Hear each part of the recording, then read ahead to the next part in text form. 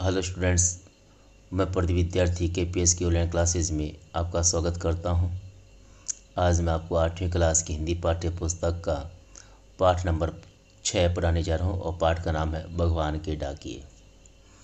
ये एक सुंदर कविता है और इस कविता के रचनाकार रामधारी सिंह दिनकर जी हैं, जिन्होंने इस कविता के द्वारा पूरे विश्व को प्रेम और भाईचारे से रहने का संदेश दिया है। तो शुरू करते हैं आज की ये कविता, जो इस प्रकार होगी।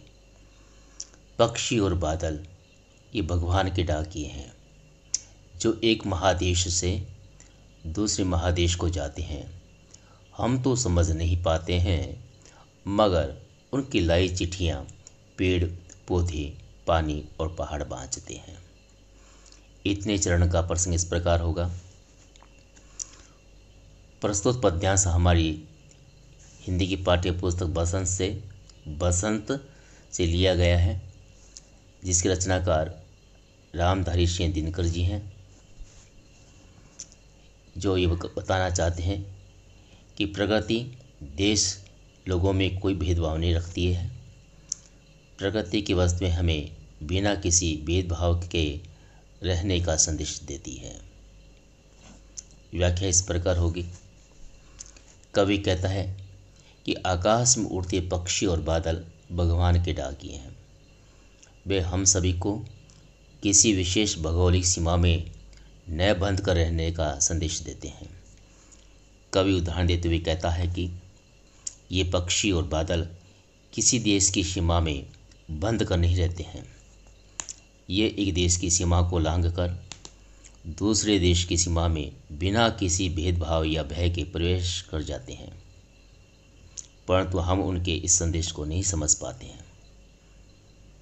जबकि प्रकृति में स्थित पेड़ पौधे पानी और पहाड़ उनके इस संदेश को पढ़ लेते हैं, समझ लेते हैं।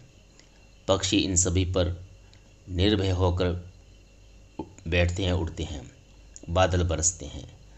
पक्षियों और बादलों से ये सभी नवजीवन पाते हैं। कहने का आशय ये है कि एक देश का बादल उड़कर दूसरे देश की सीमा में प्रवेश कर जाता है और वहाँ बरस जाता है, और दूसरे देश का बादल हमारे देश की सीमा में आकर पानी बरसा देता है। इसी प्रकार पक्षी भी सीमाओं में न बंधकर यहाँ वहाँ एक देश की सीमाओं में दूसरे देश की सीमा तक उड़ जाते हैं। कहने का आशय है, प्रकृति किसी में भेदभाव नहीं करती है। कविता का अगला चरण इस प्रकार है। हम तो केवल ये आंकते हैं कि एक देश की धरती दूसरे देश को सुगंध भेजती है, और वह सौरभ हवा में तैरते हुए पक्षियों की पांखों पर तिरता है, और एक देश का भाप दूसरे देश में पानी बनकर गिरता है, बरसता है। कविता का प्रसंग इस प्रकार होगा। प्रस्तुत पद्यांश हमारी हिंदी की पाठ्य पुस्तक बसंत से लिया गया है। कविवर रामधारी सिंह दिनकर द्वारा रचित भगवान के डाकिये नामक कविता से लिया गया है। इस अंश में प्रकृति का वर्णन किया गया है। प्रकृति देश लोगों में कोई भेदभाव नहीं रखती है। प्रकृति की वस्तुएं हमें बिना किसी भेदभाव के रहने का संदेश देती है। इस चरण की व्याख्या इस प्रकार होगी। पक्षी एवं बादल निर्बाध गति से एक देश से दूसरे देश में आते जाते हैं। उनके इस आवागमन से हम दूसरे देशों की सुगंध या गंध महसूस करते हैं।